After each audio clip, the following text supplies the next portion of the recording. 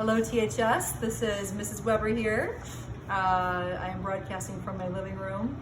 It's a rainy Saturday and I wanted to read you some books and do some drawings with you, probably while your parents are at conferences. So this is my dog Louie and my dog Daisy's over here, and she might make a guest appearance. They'll probably be in and out of the video because they love fires. All right, so today we're going to be making an art book. So all you need for this project is some paper, any kind of paper that you want, and then just something to draw with. So I have my Sharpie Magnum here, or my king size, but anything you want is fine. So what we're going to pull together, and each page is going to be a drawing from one of the books that I'm going to read. So I'm going to read some books aloud to you, and then you can draw as I'm reading, or you can draw at the end, and you can kind of pause the video, whatever you want to do.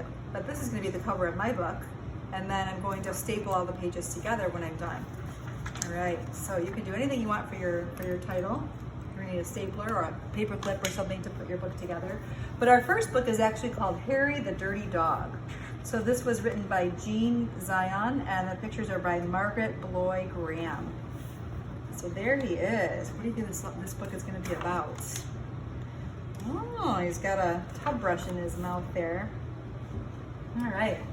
Harry was a white dog with black spots who liked everything. So maybe zoom in on Harry there. Except getting a bath. So one day when he heard the water running in the tub, he took the scrubbing brush and buried it in the backyard. Then he ran away from home. There he is. Oh my goodness. He played where they were fixing the street, and he got very dirty. He played at the railroad and got even dirtier. He played tag with other dogs and became dirtier still. Oh my goodness, he almost turned into a black dog there, huh? He's so sooty and dirty.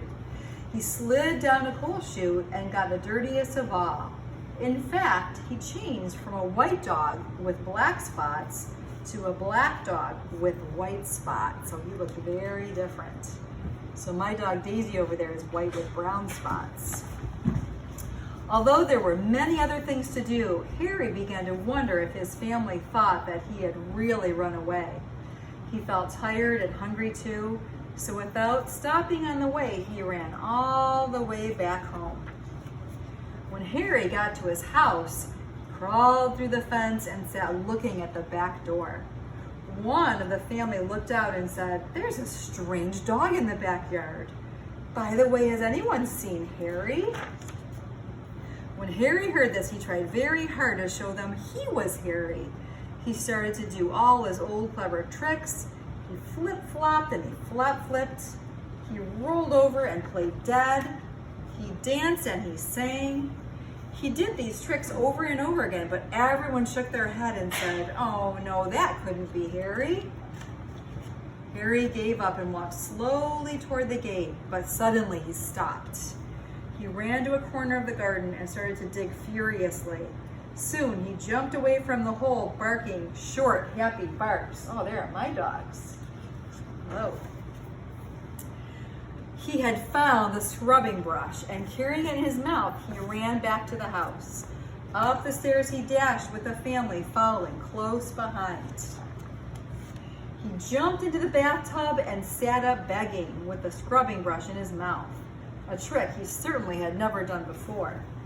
"This little doggy wants a bath," cried the little girl, and her father said, "Why don't you and your brother give him one?"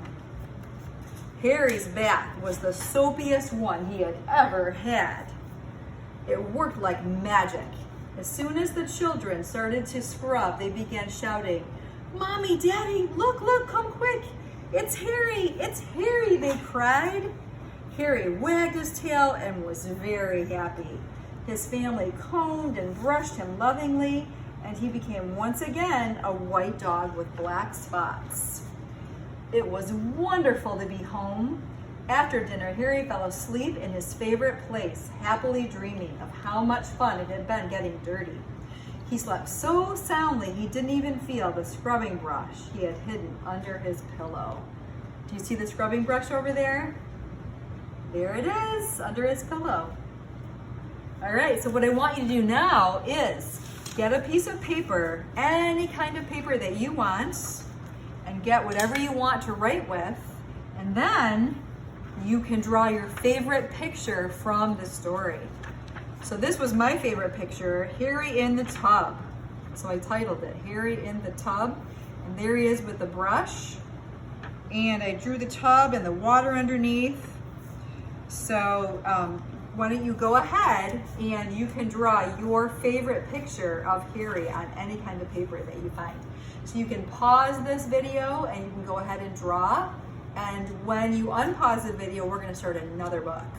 So go ahead and draw your favorite picture of Harry if you want. You can pause it. Go ahead and draw it while we're waiting here. And our next book is going to be called Thunder Cake by Patricia Polacco. So I'm going to read this book. If you want to pause your video, go ahead. And I'm going to read this book written by a woman from Michigan. Her name is Patricia Polacco. She wrote the story and she drew the pictures. She is a Russian woman. I think her grandmother and her grandfather immigrated here from Russia. And she has created a lot of really beautiful books. So when Patricia Polacco was young, she had dyslexia and she had a very hard time reading, but she was an amazing artist. And she discovered when she was in the 4th grade that she had dyslexia. And she has actually written a book about that. I think it's called Thank You, Mr. Faulkner. So that's a really great book if you want to check it out. But this is one of my favorites by her. It's called Thunder Cake. All right.